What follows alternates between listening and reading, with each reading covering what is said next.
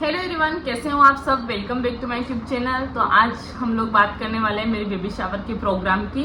आप लोगों के बहुत सारे कमेंट्स आ रहे थे कि दीदी आपका बेबी शावर का प्रोग्राम क्यों नहीं किया गया और आप अपने फर्स्ट डिलीवरी पर पीयर क्यों नहीं गए, या फिर आपकी 9 मंथ प्रेगनेंसी के कैसे निकले। तो वो आज सारी बातें मैं आपको इस ब्लॉग में बताने वाली हूँ कि क्या क्या हुआ मेरे साथ और किस रीजन की वजह से मैं अपने पीहर नहीं गई और किस रीजन की वजह से मेरा बेबी शावर का प्रोग्राम नहीं किया गया। तो ब्लॉग एंड तक जरूर देखना, अच्छा लगता है लाइक कमेंट शेयर करना। तो बिना टाइम वेस्ट किए मैं ब्लॉग स्टार्ट करने वाली हूँ। तो होता क्या है कि जब मुझे प्रेगनेंसी रहती है तो मैं जनवरी में अपने पीहर जाती हूँ। 8 नवंबर 2019 को मेरी शादी होती है और जनवरी में फरवरी में मेरे एग्जाम चल रहे होते हैं, फाइनल ईयर के। तो एग्जाम डेट आ जाती है फरवरी में, 18 फरवरी से एग्जाम चालू हो जाते हैं मेरे। तो मैं यहाँ से 20 जनवरी को अपने पीहर चली जाती हूँ। मैं 20 जनवरी को पीहर जाती हूँ क्योंकि मुझे 26 जनवरी अपने पीहर की मनानी थी। और तो मैं लखन जी से जिद करती हूँ कि मुझे अपने पीहर लेके चलो, मुझे अपने पीहर जाना है। ऐसे करके मैं अपने पीहर चली जाती हूँ। हाँ बेटा, अच्छा क्या हुआ, क्या हुआ, क्या हो गया? हाँ ओके। हाँ, तो मैं बता रही थी आप लोगों को कि हाँ मैं अपने पीहर गई थी क्योंकि मुझे 26 जनवरी वहाँ की ही सेलिब्रेट करनी थी। तो मैं वहाँ चली जाती हूँ, वहाँ जाती हूँ और अच्छे से मैं एग्ज़ाम भी देती हूँ और वापस आती हूँ। लेकिन जब मुझे प्रेगनेंसी थी ना, तब कानों के टाइम में मुझे इतनी वॉमिटिंग होती थी कि 4 मंथ मेरे काफ़ी डिफिकल्ट निकले। मुझे हद से ज़्यादा वॉमिटिंग होती थी। अगर मैं पानी पीती थी ना तो भी वो वापस से वॉमिटिंग के जरिए बाहर निकल जाता था और बिल्कुल तबीयत सही नहीं रहती थी मेरी। 4 महीने तो इतनी ख़राब रही ना तबीयत की, आंखें भी ऐसी सूज गई, यहाँ तक कि मेरे होठों में से खून भी निकलने लग गए, होठ फट गए, आंखें ऐसी सूजी से रहती थी। ऐसे करके काफ़ी ज़्यादा दिक्कत आई थी मुझे 4 मंथ तक। और फिर मेरे एग्ज़ाम कंप्लीट हो गए फरवरी में। फिर मैं मतलब मेरे मम्मी जी पापा जी फरवरी में एग्ज़ाम चल रहे थे, मार्च में कंप्लीट हुए थे, मार्च के एंडिंग तक। तो फिर मम्मी जी पापा जी मुझे लेने के लिए आए थे। तो मम्मी पापा और भरत भैया तीनों मुझे लेने के लिए आए थे। लखन जी के उस टाइम वापस LLB के एग्ज़ाम चल रहे थे तो वो नहीं आए थे। तो ये मुझे लेने के लिए आते हैं और तब मैं भी नई नई होती हूँ। आराम से आते हैं मम्मी जी पापा जी, खाना वगैरह भी बनता है, खाना भी खाते हैं और फिर मुझे यहाँ लेकर के आ जाते हैं। जब मैं यहाँ आती हूँ ना तो मेरी तबीयत एकदम ठीक हो जाती है, नहीं तो मुझे उल्टी होती है, नहीं कुछ होता है। लेकिन हाँ, सिर्फ 5वां महीना जब मुझे लगा था ना तो सिर्फ 1 महीना सही रही थी 5वें मंथ में। 6ठे मंथ से मुझे वापस दिक्कत होने लगी थी, पाँव में सोजिश आती थी, काफ़ी ज़्यादा ऐसे सूजे भी रहने लग गए, पाँव में पानी भी भरा गया था। एटलीस्ट बिचूड़ी पायल वगैरह मैं कुछ पहन नहीं पाती थी, इतनी दिक्कत रहती थी मुझे। और फिर से वापस जीव वैसे घबराने लग गया, मेरा जीव मचलने लग गया था, कभी कभार हो जाती थी वॉमिटिंग, लेकिन फिर डेली नहीं रहती थी। लेकिन 4 मंथ जो निकले थे ना उसमें मुझे डेली वॉमिटिंग होती थी। तो ऐसे करके चलो 6 महीने भी निकल गए। फिर टीका वगैरह भी लगवाया गया, सारी सोनोग्राफी भी की गई। सोनोग्राफी में मुझे रिपोर्ट आती है जिसमें कानून जो होता है वो उल्टा होता है, उसके अंदर उसका सिर ऊपर होता है एंड पाँव नीचे की तरफ होते हैं। तो मुझे बैठने में काफ़ी दिक्कत होती है, मैं बैठ नहीं पाती थी ज़मीन पे। ऐसा अगर बैठ जाती थी तो मुझे खड़े होने में काफ़ी दिक्कत आती थी। मतलब एक जने का सहारे की ज़रूरत पड़ती थी कि कोई मुझे सहारा दे या हाथ दे तो मैं आराम से उठ पाऊँ। और उस टाइम में नहीं थी तो भाभी भी यहाँ नहीं थे, भाभी भी अपने पीहर थे, वो किसी काम की वजह से अपने पीहर गए थे। और रानू से मेरी इतनी बनती नहीं थी उस टाइम, हम दोनों बहुत कम बोलते थे कि मुझे थोड़ी सी हिचकिचाहट होती थी उनके सामने बोलने से। अपनी मन की बात उनसे शेयर नहीं कर पाती थी कि मुझे ये दिक्कत है या ये पाँव वगैरह दुख रहे हैं या ऐसा कुछ हो रहा है।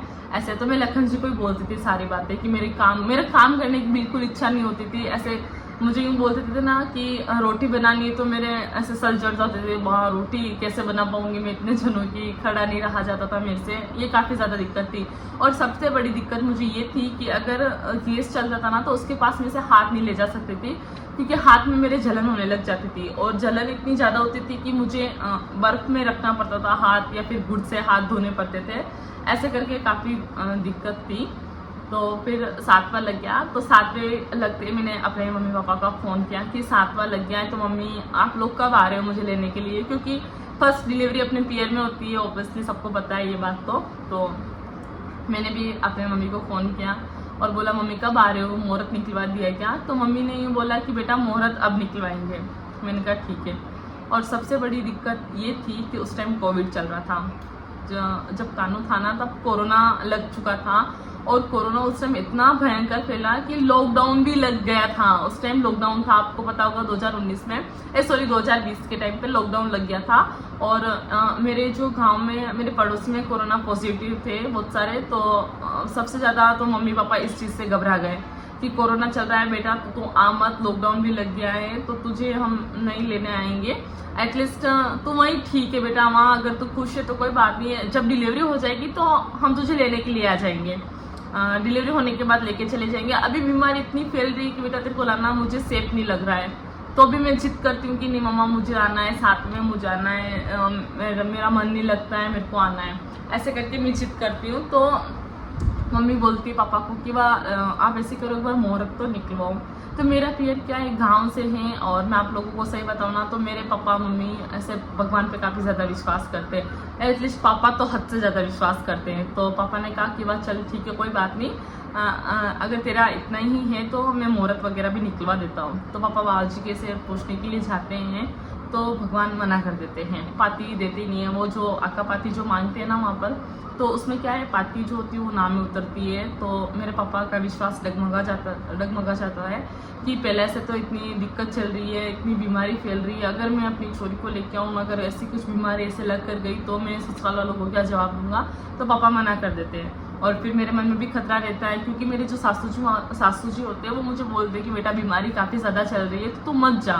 फिर ऐसे बोलते ना कि सबके मना करते करते वो काम भी नहीं करना चाहिए, बिगड़ जाता है। तो मेरे मन में एक तरह से ये ऐसा डर भी बैठ गया था कि सही में बीमारी इतनी चल रही है कि चिकाड़ा में भी बहुत सारे लोग कोरोना से डेथ हो गई थी उस टाइम, हमारे पड़ोसी में भी कोरोना पॉजिटिव था, यहाँ ससुराल में उसकी भी डेथ हो गई थी, मेरे पियर में जस्ट घर के पास वाले 2 जेंट्स की डेथ हो गई थी इस कोरोना की वजह से।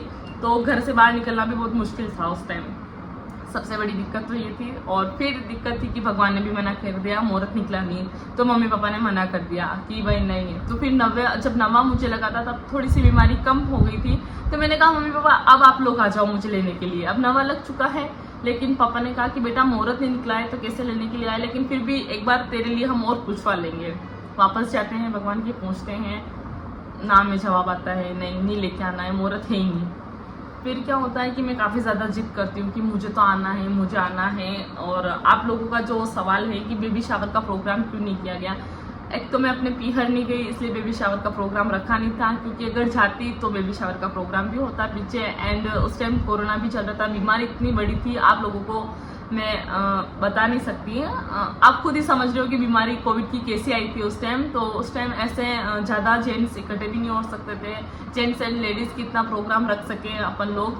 उस टाइम सिर्फ एक, आप लोगों को पता है तो शादी भी बंद हो गई थी उस टाइम, तो खाना वगैरह 1 से 2 लेडीज़ पास भी नहीं बैठ सकती। तो फिर ससुराल वालों ने मना कर दिया था कि अभी ऐसा प्रोग्राम रखेंगे तो अपने यहाँ ससुराल में व्यवहार भी काफ़ी ज़्यादा है, अगर लेडीज़ भी आएंगी तो फिर किसी को बोल भी नहीं सकते कि आप इनके पास मत बैठो, आप उनके पास मत बैठो। तो ऐसे करके सबने मना कर दिया कि अपने हो जाएगा फिर अपन वैसे ही बड़ा प्रोग्राम कर देंगे, अभी ऐसा करना जरूरी नहीं है क्योंकि अपने को बच्चा सेफ चाहिए। काफ़ी ज़्यादा बीमारी फैल रही है, पड़ोसी में भी डेथ हो गई है कोरोना की वजह से, तो एक डर बैठा हुआ था मन में। और फिर क्या होता है लास्ट में जब 9वें महीने में मैं काफ़ी ज़्यादा जिद करती हूँ पापा को कि मुझे तो आना है, तो लास्ट के मंथ में ऐसा होता है कि मेरे पापा की तबीयत काफ़ी ज़्यादा ख़राब हो जाती है। मैं ये आप लोगों को रियलिटी बता रही हूँ, कोई ऐसे आपने पिछले ब्लॉग में भी मुझे कमेंट्स किए थे कि दीदी आपने बहुत मनगढ़ंत कहानी बनाई है, तो ये कोई मनगढ़ंत कहानी नहीं है, ये सही में जो बात है रियल वही बता रही हूँ। मैंने अपने ऑपरेशन वाले आपको स्टोरी सुनी थी, उसमें मुझे 1 आध लोगों ने ऐसा कुछ कमेंट किया था, बाकी तो नहीं। तो मैंने उन्हें रिप्लाई भी किया था कि ऐसी कोई मनगढ़ंत कहानी नहीं है, जो रियल है वो बता रही हूँ कि उस टाइम कोरोना था, आप लोगों को भी पता है। तो होता है कि मेरे पापा की तबीयत इतनी ख़राब हो जाती है, उन्हें पैरालिसिस अटैक आता है, उसमें जो उनका राइट हैंड होता है ना वो हाथ मतलब राइट जो हैंड होता है ना वो काम करना बंद कर लेता है। उनमें उनको पैंट पहनने में काफ़ी दिक्कत होती है, वॉशरूम जाने में भी दिक्कत होती है, बहुत सारी चीज़ों में दिक्कत होती है। बस सिर्फ ये जो उंगली थी ना, इसका जो ये इतना सा हिस्सा ऐसे ऐसे कर रहा था बस, बाकी और कोई बिल्कुल काम करना बंद कर दिया था। तो वो बहुत बड़ी दिक्कत हो गई थी। मेरे पापा क्या है कि मैंने आपको बताया कि मैं गांव से हूँ, तो वहाँ पर क्या होता है कि बावर्ची पर ऐसे भगवान पर ज़्यादा भरोसा करते हैं। तो जो पैरालिसिस अटैक आया था ना, उसमें मेरे पापा है ना माता जी के वहाँ 9 दिन रह गए कि मैं माता जी की छाया में आ गया, तो यहाँ रहूँगा, माता रानी के यहाँ तो सही हो जाऊँगा। भगवान माता रानी ने कृपा भी की थी थोड़ी बहुत, कि थोड़ा बहुत ही सही हुआ था, थोड़ा बहुत मतलब कि हल्की फुल्की सी अंगुली में मूवमेंट था ऐसे करके। तो उसके बाद मेरे भैया ने बोला कि पापा आप भगवान का भी रखो, अपन हॉस्पिटल चलते हैं। तो भैया पापा को ज़बरदस्ती से हॉस्पिटल लेके जाता है। पापा वहाँ 7 दिन एडमिट रहते हैं। ये बात मुझे कोई नहीं बताता है घर में, क्योंकि इन सब लोगों को पता है कि मुझे मेरे पापा से काफ़ी ज़्यादा अटैचमेंट है। मैं मेरे पापा के ऐसे अगर सुन ओबियसली खास करके सब लड़कियों को पापा से होता ही है लगाव। अगर ऐसा कोई सुन ले तो वैसे उस ससुराल में तो कहीं पे भी नहीं रह पाएगी एक बार अपने पापा से मिले बगैर। तो मुझे कोई नहीं बताता है कि अगर इसको बताएंगे तो ये एक बार चली जाएगी कि मुझे तो जाना है, मुझे जाना है। बीमारी इतनी भयंकर फैल रही है, हाँ, तो कि बीमारी इतनी भयंकर फैल रही कि उसका जाना भी सेफ नहीं है। तो मुझे बात घर में कोई बताता नहीं है। जिस तरह से 9 मंथ निकल जाते हैं, आप लोगों को मैं सही बताऊँ ना कि ऐसी बीमारी चल रही थी। पापा हॉस्पिटल में एडमिट थे, मैं घर पे थी। मैं मेरे पापा को फ़ोन भी करती थी, रोज़ डेली बात करती थी पापा से। तो पापा मेरे को यूँ बोलते थे कि बेटा मैं सही हूँ, मैं खाने में आज ये बनाया। मुझे मतलब ऐसे फील नहीं होने दिया कि मैं बीमार हूँ। मेरी तबीयत इतनी ख़राब हो गई कि मेरी फैमिली वाले, जितने भी फैमिली वाले थे ना, सारे हॉस्पिटल चले गए थे।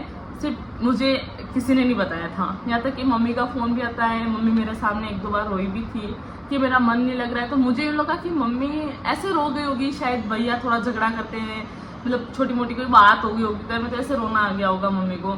मुझे नहीं पता था कि पापा की तबीयत इतनी ख़राब है कि पापा को 7 दिन तक हॉस्पिटल में एडमिट रखा गया। हद से ज़्यादा तबीयत काफ़ी ज़्यादा ख़राब हो गई थी पापा की। मुझे ये बात बिल्कुल पता नहीं होती है। तो मैं मम्मी को बोलती हूँ मम्मा रो मत यार, हो जाता है कभी कभार, लाइफ है, चलता रहता है। कि पापा ने कुछ बोला क्या? पापा से भी बात करती हूँ तो पापा यूँ बोलते हैं। और सबसे बड़ी बात तो ये है कि मम्मी ने मुझे एक बार ऐसे बोला कॉल करके कि बेटा आज, मैंने पूछा कि बात करते करते मम्मी को रोना आ गया था, कुछ पापा की बात निकल गई थी। मैंने कहा पापा कितने ख़राब है, मम्मी देखो ना लेने के लिए नहीं आए, रोज़ फ़ोन कर देते हैं मेरे को और कह देते हैं कि हाँ मुहूर्त नहीं निकला, नहीं उन्होंने अपने बाबूजी को क्यों पूछा ना, आप तो आ जाते ना, मेरे से खड़ा नहीं रहा जाता मम्मी, मेरे को तो आना है वहाँ पे। तो मम्मी को ऐसे रोना आ जाता है। मम्मी कहती है बेटा तेरे पापा ने सही किया है बेटा, बीमारी काफ़ी ज़्यादा लग रही है, और ऐसे करके मम्मी रोने लग जाती है। तो फिर मम्मी मेरे को यूँ कहती है कि आज तो मैंने पूछा कि खाने में क्या बनाए थे, कि आलू की सब्जी बनाई। तब तक मेरे पापा का मुझे कॉल आ जाता है। मैं मेरे पापा से बात करती हूँ, पापा मुझे ये कहते हैं कि आज तो मैंने दाल बाटी कही, तेरी मम्मी ने क्या बढ़िया दाल बाटी बनाई है। मैंने इतना भी नहीं सोचा था कि मम्मी से बात की है तो मम्मी ने बोला कि आलू की सब्जी बनाई है, आपसे बात की तो आपने बोला दाल बाटी बनाई है। इतनी बात भी मैंने नहीं सोची और बोला हाँ पापा मम्मी अच्छा बनाती खाना, ऐसे करके बात डाल दी। अब क्या होता है कि लखन जी आते हैं तो लखन जी मुझे कहते हैं कि मैं खेड़ा जा रहा हूँ। मेरा पियर है नेगेडे का खेड़ा, गांव से ही है। आप लोगों ने कभी खजूरे शाम सुना होगा तो उसके पास में है, अगर वो भी नहीं सुना होगा तो पूरज कुंवरे या कांकरोली इनके पास में है, या फिर रेलमंगरा, ये इनमें से कोई तो नाम सुना ही होगा। तो वहाँ से तो फिर भैया लखन जी बोलते हैं कि मैं जाऊँगा खेड़ा, मुझे याद आ रही है। तो मैं रोटी बना रही होती हूँ उससे मेरा फुल टाइम चल रहा होता है। मैं यूँ सोचती हूँ कि इनको आज बड़ी खेड़ा जाने की मन में आई और मेरे को भी नहीं बोला कि भाई मैं जाऊँ नहीं जाऊँ, जबकि ये हॉस्पिटल जाने की बोल रहे होते हैं। तो मम्मी मेरी यूँ बोलती है सासू माँ कि बेटा पूरा टाइम चल रहा है इसका, डॉक्टर की डेट भी पास आ गई है, 5-7 दिन ही घटे हैं, क्या पता रात बरात कोई दिक्कत हो जाए तो कौन लेके दौड़े, गाड़ी चलाने वाला तो ये घर में, भैया उस दिन घर पे नहीं थे, तो बेटा मत जा, 2-3 दिन बाद चला जाना, ऐसे करके बात टाल देते हैं। लेकिन मुझे कोई नहीं बताता है। फिर डिलीवरी की डेट जैसे जैसे पास आती हैं और 2-4 दिन ही रहते हैं और पापा को छुट्टी होने का उधर से होता है। तो जैसे छुट्टी होने का होता है और मुझे फ़ोन आता है कि बेटा कैसी है, तबीयत कैसी है, तो मैं बोलती हूँ पापा मैं ठीक हूँ और मैं हॉस्पिटल आई हूँ। पापा बोलते हैं कि किस लिए गई है बेटा, तो मैंने बोला कि ऐसे डिलीवरी के लिए आई हूँ। तो पापा को उस दिन छुट्टी होती है, लेकिन मेरे पापा इतना है ना कि मैं आप लोगों को क्या बताऊँ कि पापा को हॉस्पिटल से छुट्टी हुई है आज, और रात में गाड़ी लेके पापा ठेठ यहाँ चिकाड़ा आ जाते हैं मेरे से मिलने के लिए। मैं हॉस्पिटल चली गई होती हूँ, यहाँ पे बड़ी सादड़ी हॉस्पिटल है, वहाँ होती है मेरी डिलीवरी, वहाँ चली जाती हूँ। तो पापा वहाँ आ जाते हैं, रात का टाइम था, मुझे कुछ अच्छे से दिख नहीं रहा था। पापा इतने तो काले हो गए थे मेरे पापा, और मेरे पापा पहले से इतने गोरी नहीं है, लेकिन जितना कलर साफ था उससे भी डबल हो गया था, इतने काले हो गए थे। और मेरे से छिपाने के लिए पापा ने कुर्ता एंड धोती पहन के आए थे, ताकि छोरी को पता नहीं चले कि मेरा हाथ काम नहीं कर रहा है। आते हैं और नाइट का टाइम था, मैं पापा की शक्ल सही से देख नहीं पाती हूँ और बोल देती हूँ पापा ठीक हो, हाँ ठीक हूँ, ऐसे करके मैं चली जाती हूँ। मुझे ऑपरेशन में ले जाया जाता है अगले दिन तक। मुझे ध्यान नहीं रहता है, पापा की तबीयत इतनी ख़राब थी, मतलब मेरा ध्यान ही नहीं गया पापा पे। चली जाती हूँ, ऑपरेशन हो जाता है और फिर मुझे जैसे जैसे होश आने लगता है तो मेरी मम्मी मुझे बताती है सारी बातें। तेरे पापा की इतनी तबीयत खराब हो गई थी, अगर तू बोले तो मैं यहाँ रुकूँ 7 दिन तक, तुझे लेके जाना है साथ में, और अगर तू नहीं बोले बेटा तो मैं वापस आ जाऊँगी 7 दिन बाद। सासू जी है तेरे वैसे यहाँ पे, और अभी सिचुएशन ऐसी है नहीं कि मैं रुक पाऊँ, क्योंकि पापा की तबीयत इतनी उस टाइम ख़राब ही थी, हाथ इतना काम नहीं कर रहा था, तो वॉशरूम वगैरह जाने में काफ़ी दिक्कत होती थी। तो उस टाइम मुझे यही सही लगा कि मेरी मम्मी को पापा के साथ भेज दूँ, क्योंकि पापा में काफ़ी दिक्कत है। तो मैंने मम्मी को बोल दिया आप जाओ। उस टाइम मुझे इतना होश नहीं था, सारी बातें मैंने सुन ली। जैसे जैसे टाइम निकलता गया मुझे होश आता गया, एकदम प्रॉपर तरीके से मैं होश में आ गई। फिर मुझे पता चला कि ऐसी तरीके की बात है। और जैसे जैसे 7 दिन हॉस्पिटल में निकाले ऑपरेशन के, 7 दिन का सूरज आया, सूरज पूजन की, और 10 दिन के मेरे टाँके तुड़वाए गए थे। टाँके तुड़वा के सूरज पूजन घर पे आ गए थे। फिर हम वापस गए थे हॉस्पिटल टाँके तुड़वाने के लिए, क्योंकि हॉस्पिटल पास ही था हमारे। तो बिना टाँके तुड़वाए हम घर पे आ गए थे। 6 दिन की छुट्टी लेके आ गए थे। 7वें दिन सूरज पूजन की और 10वें दिन वापस चले गए। सूरज पूजन करते ही मैंने इतनी जिद की कि मुझे अब जाना है, क्योंकि आप लोगों ने पहले ही मेरे से इतनी बात छुपाई है। मेरे पापा की तबीयत इतनी ख़राब थी तो भी मुझे किसी ने नहीं बताया। आप लोग मुझे ज़रूर बताना कमेंट में कि मैंने सही किया या गलत किया है। कि जब मुझे ऐसे पूरी तरीके से बात पता चली ना, मेरा मन नहीं था कि मैं यहाँ रुकूँ चिकाड़ा में। मुझे लगा कि एक बार मैं पापा को अच्छे से देखूंगी, आंखों से देखूंगी, अपने पास देखूंगी तो मेरे मन को तसल्ली होगी। मैंने काफ़ी ज़्यादा जिद की और पापा को जैसे तैसे मैंने मना लिया कि पापा आप मुझे लेने के लिए आओ, मुझे आपको देखना है। पापा ने बोला बेटा मैं ठीक हूँ, मैं ठीक हूँ। लेकिन मेरी जिद के आगे पापा की नहीं चली और फिर पापा भैया को भेजते हैं। 5 अक्टूबर को मैं यहाँ से चली जाती हूँ अपने बिहार। वहाँ जाती हूँ, मैं पापा को देखती हूँ, रोना भी आता है, बहुत सारी बातें होती है वहाँ पे, और बोलती भी हूँ पापा आपने मुझे क्यों नहीं बोला। तो पापा मुझे ऐसे कहते हैं कि बेटा तूने देख लिया ना तेरी हरकत, कि तेरे को पता चला तूने इतनी जिद की कि तेरे को यहाँ पे लेके आना ही पड़ा। और उस टाइम इतनी बीमारी चल रही थी भयंकर कोरोना की, अपने पास में 2 डेथ हो गई। और अगर तेरे को मैं ऐसी बीमारी में लेके आता तो बेटा क्या पता, पहले से अपनी किस्मत ख़राब चल रही थी, मैं हॉस्पिटल से आया हूँ। और उस टाइम अगर तेरे को मैं लेके आ जाता, तू अगर टेंशन से तेरे को कुछ हो जाता तो मैं मेरे को कभी माफ़ नहीं कर पाता, इसलिए बेटा मैं तेरे को लेके नहीं आया। फिर वह सारी बातें वहीं ख़त्म होती हैं। एंड आप लोगों को आपके सवाल के जवाब भी मिल ही गए होंगे कि क्यों मेरा बेबी शावर नहीं किया गया था। खास करके ये कोरोना, इसकी वजह से एक तो ऐसा टल गया था, फिर मम्मी पापा आए नहीं थे लेने के लिए। तो अगर पीयर जाए तो पीछे रीत होती है कि हाँ पीयर से लेने के लिए आए हैं। और मेरे मन में ऐसा कुछ नहीं है, आप लोगों से मैं क्लियर कर दूँ कि मेरे मन में ऐसा कुछ नहीं है कि भाभी के टाइम पे इतना बड़ा फंक्शन किया गया, मेरे टाइम पे नहीं किया गया। जिसकी जो किस्मत में होता है उसके टाइम पे वो हो जाता है। एंड हाँ, मैं आप लोगों को ये सारी बातें इसलिए बता रही हूँ क्योंकि भाभी के टाइम पे सब अच्छा था तो प्रोग्राम भी अच्छे तरीके से हो गया। मेरे टाइम पे ऐसी स्थिति नहीं थी, उस टाइम बीमारी काफ़ी ज़्यादा बड़ी थी कि प्रोग्राम करना हमारे लिए कोई खतरे से कम नहीं था, तो इसीलिए नहीं किया गया था प्रोग्राम। एंड अभी प्रोग्राम हुआ है, मैं काफ़ी ज़्यादा खुश हूँ भाभी के लिए भी कि उनके टाइम पर चलो इतने टाइम बाद उन्हें इतनी बड़ी खुशी मिली है और उनके लिए खुशी में और खुशी बढ़ गई है। प्रोग्राम करके हम लोगों ने भी अच्छे से सेलिब्रेट कर लिया एंड काफ़ी ज़्यादा मैं खुश हूँ। तो आप लोग ऐसे गलत कमेंट मत करा करो कि कोमल भाभी के टाइम पे ऐसा होता है और आपके टाइम पे ऐसा नहीं होता है। खास करके मैं उन लोगों को ये बात बताने के लिए बोला मैंने ये सारी बातें कि जो होता है वो अच्छे के लिए होता है और हम दोनों को बराबर रखा जाता है। इस घर में ऐसा कोई भेदभाव वाला कोई काम नहीं है। तो मैं ब्लॉग का भी अब यही एंड करने वाली हूँ। अच्छा लगे तो लाइक कमेंट शेयर ज़रूर करना। Thank you.